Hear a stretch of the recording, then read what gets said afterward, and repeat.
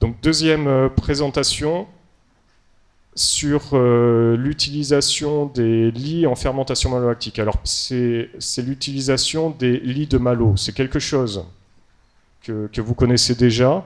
Il est facile et assez efficace en tout cas de provoquer une fermentation malolactique dans une cuve récalcitrante en utilisant des lits d'une cuve, des lits de malo, donc d'une cuve qui a déjà réalisé sa malo.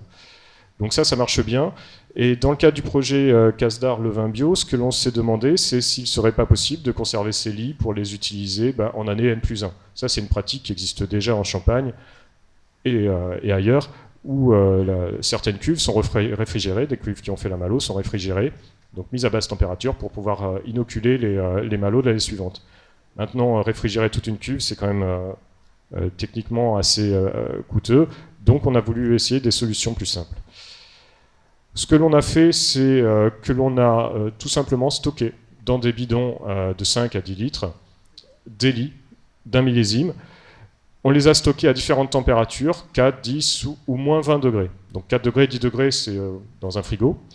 Et moins 20 degrés, donc congélateur. Alors congélateur, ça ne marche pas du tout. Il ne faut pas essayer. Les deux histogrammes qui sont encerclés là montrent à T0 et au bout de 10 mois de conservation.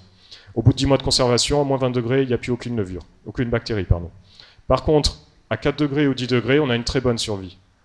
On a entre 10 et 50% de survie des bactéries totales qui sont présentes, des Œnococcusoni qui sont présents.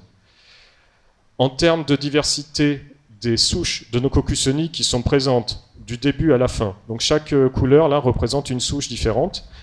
Et le premier histogramme le plus à gauche, c'est à T0, au moment de la conservation des lits.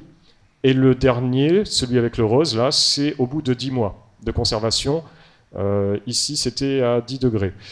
Qu'est-ce qui se passe? Ce que l'on voit, c'est qu'il y a un changement des souches. Les souches qui sont majoritaires au début ne le sont pas forcément à la fin. Alors celles qui sont à la fin, bien sûr, ne sont pas venues de nulle part, elles étaient déjà dans les lits. Donc ça reste des souches qui étaient indigènes et spécifiques à l'exploitation. Mais il faut savoir qu'il y a un changement, une modification des populations.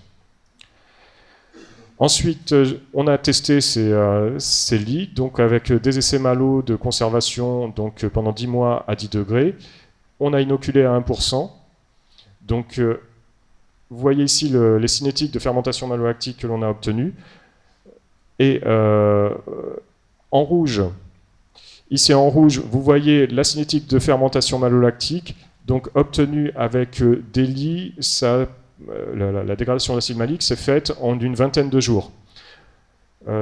Vous avez les lits pasteurisés, ce sont les mêmes lits que l'on a chauffés à 80 degrés pendant une quinzaine de minutes pour tuer les bactéries, et vous voyez bien qu'on n'a pas de fermentation malolactique qui est démarrée, ce qui montre bien que ce sont bien les bactéries qui étaient présentes dans les lits qui ont fait cette fermentation malolactique.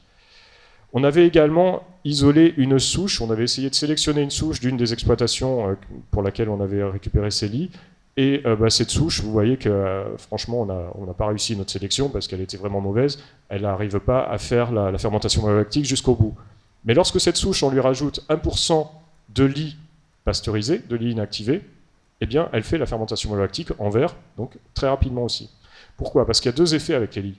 Il y a un effet bactéries vivantes qui sont présentes et qui vont pouvoir lancer la malo rapidement, et il y a un effet nutritif. Il y a des nutriments dans les lits qui sont les bons nutriments pour les bactéries, évidemment, puisque ce sont elles qui sont présentes à l'intérieur. Donc c'est exactement ce que les bactéries ont envie de manger. Donc ces lits sont vraiment un nutriment très, très intéressant pour lancer des malos. Un deuxième essai que l'on a fait en 2015, donc même chose, on a conservé 4 lots de lits à 10 degrés. Il faut faire attention, et on avait conservé 4 lots, c'est pas pour rien, c'est parce qu'en faisant du contrôle microbio avant de les utiliser, on s'est rendu compte que 2 de ces lots étaient fortement contaminés par Brettanomyces. 10 mois à 4 degrés ou 10 degrés, eh c'est quand même une période de temps non protégée, enfin, pendant laquelle les lits sont non protégés, et pendant laquelle Brettanomyces peut se développer. Donc il faut être prudent et faire du contrôle microbio avant de les utiliser. Et inoculés dans 6-20, vous voyez les graphes d'en haut, les lits qui ont été utilisés ont fait la fermentation malolactique dans les 6-20 testés en une vingtaine de jours. Alors il y en a une pour laquelle ça a mis un petit peu plus longtemps, mais c'était un vin assez particulier. Quand on a utilisé des souches sélectionnées, vous le voyez en bas, on a obtenu les mêmes résultats et les mêmes difficultés avec l'un des vins, mais malgré tout, ça marche bien quand même. Les contrôles de population, donc chaque couleur représente une souche. En bas, vous voyez en rouge, évidemment, la souche sélectionnée, on a détecté que cette souche dans les différents vins à l'issue de la fermentation malolactique. Et en haut, avec toutes les couleurs, à la fin de chaque fermentation malolactique faite avec les lits, on avait bien les souches qui étaient présentes dans les lits de départ qui ont fait cette malo, mais différentes proportions de chaque souche selon les fermentations malolactiques. Donc pour conclure, ça marche.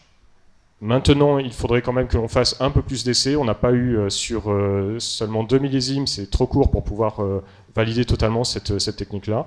Mais c'est tout à fait possible. Si certains d'entre vous veulent le tester, ne serait-ce que le tester, on peut lancer des expérimentations. Maintenant, il faudra attendre parce que je ne pense pas que vous ayez tous conservé des lits. Nous, on en a conservé quelques-unes, donc il faudra attendre encore un millésime avant de pouvoir le faire. Il suffit de conserver donc 5-10 litres à 4 degrés, 10 degrés dans un frigo, et puis d'inoculer par exemple un pied de cuve à 1%. Avec 10 litres de vin de lit, on peut inoculer un hecto qui pourra servir ensuite pour faire pour lancer la fermentation malolactique et lancer une cuve de plus grand volume. Alors, mais bien sûr, surtout, il faut faire du contrôle microbio avant de les utiliser pour ne pas inoculer des brettes. Et vous avez la fiche technique donc, proposée par le SVPA. Voilà, je vous remercie. Merci beaucoup Patrick.